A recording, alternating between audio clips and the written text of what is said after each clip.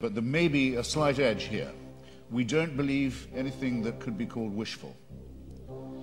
In other words, we don't particularly welcome the idea of the annihilation either of ourselves as individuals, that the party will go on and we'll have left and we're not coming back, or of the entropic heat death of the universe. We don't like the idea, but there's a good deal of evidence to suggest that that is what's going to happen. And there's very, very little evidence to suggest that I'll see you all again in some theme park. Brutal. One nice and one nasty experience. There's absolutely no evidence for that at all.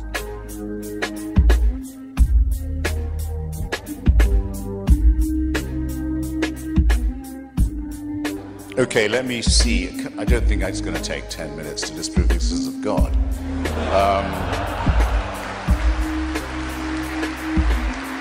The metaphysical claims of religion are untrue. Thank you. I know what's coming. I know no one beats these odds. And it's a matter of getting used to that and growing up and realizing that you're expelled from your mother's uterus as if shot from a cannon towards a barn door studded with old nail files and rusty hooks. It's a matter of how you use up the intervening time in an intelligent and ironic way, and try not to do everything ghastly to your fellow creatures.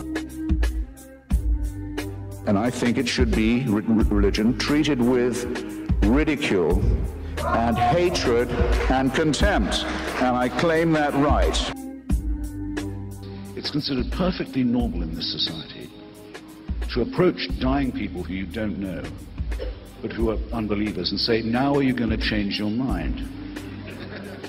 It's, in fact, it's considered almost a polite question. I mean, if Sam and I were to form a corps of people to go around religious hospitals, which is what happens in reverse, and say to people who are lying in pain, say, did you say you were Catholic? Yes. Well, look, you may only have a few days left, but you don't have to live them as a serf, you know. Just recognize that that was all bullshit, that the priests have been cheating you.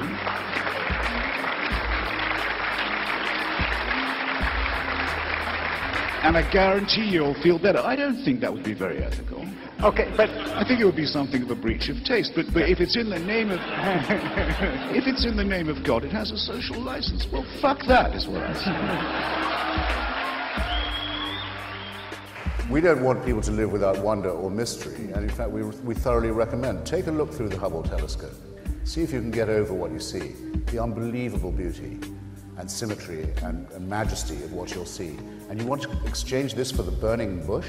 I don't think you will once you've done it.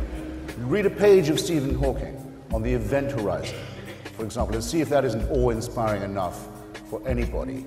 And you're seeing there the future of a potentially much more noble and ennobled and enlightened and emancipated humanity, where none of these discoveries and none of this awe and majesty requires that you kill anyone in the name of some man-made idol or god or superstition. For heaven's sake, let's get this out of the way. The fear of death will not leave us. I mean, nobody doesn't have it sometimes. I'm not particularly afraid of it because I'm not going to know I'm dead, so there will be nothing to be afraid of in that way. But the thought of not being here while you are pisses me off a bit.